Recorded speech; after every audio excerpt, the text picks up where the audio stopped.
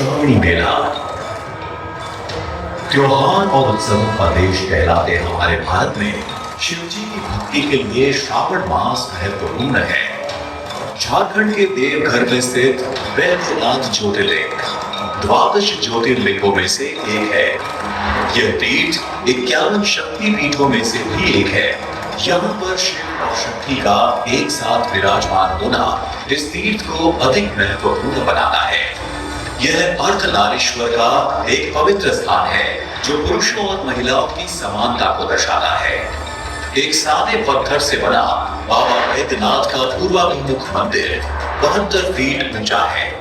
इस अनूठे तीर्थ में लक्ष्मी नारायण मंदिर, मां पार्वती मंदिर, मां संध्या मंदिर और मां काली का मंदिर भी विद्यमान है।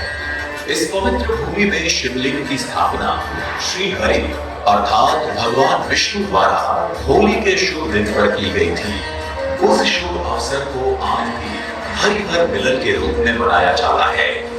शहर में शोभा यात्रा का आयोजन होता है। भगवान श्री कृष्ण की मूर्ति को बाबा वैद्यनाथ के मंदिर में लाया जाता है। ये भारत का एकमात्र तीर्थ है जहाँ शिव जी को गुलाल भी अर्पण होता है। भारत के प्राचीन और अत्यधिक लोकप्रिय तीर्थों में से एक इस अद्वितीय तीर्थ में हर साल श्रावणी मेला लगता है।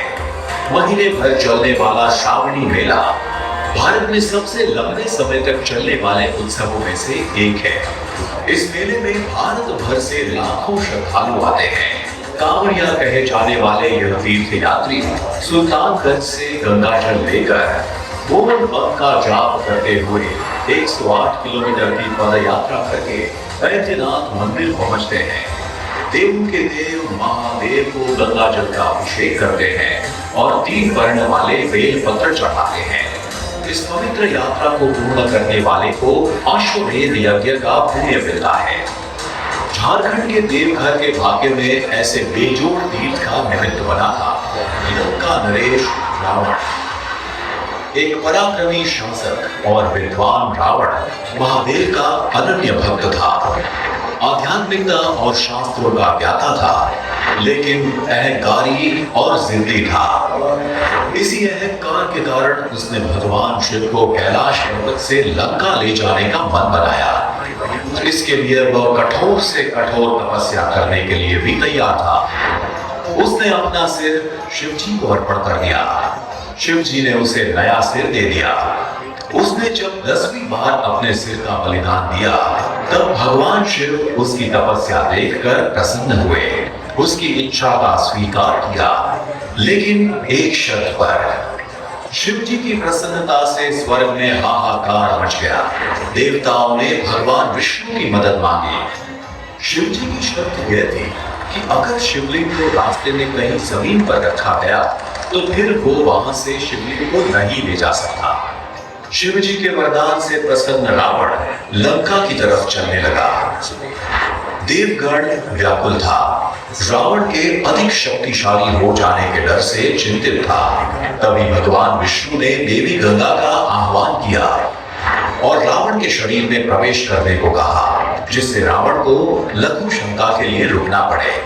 कुछ समय पश्चात ही देवों की युक्ति सफल होती दिखाई दी, लेकिन रावण शिव जी का अनन्य भक्त था।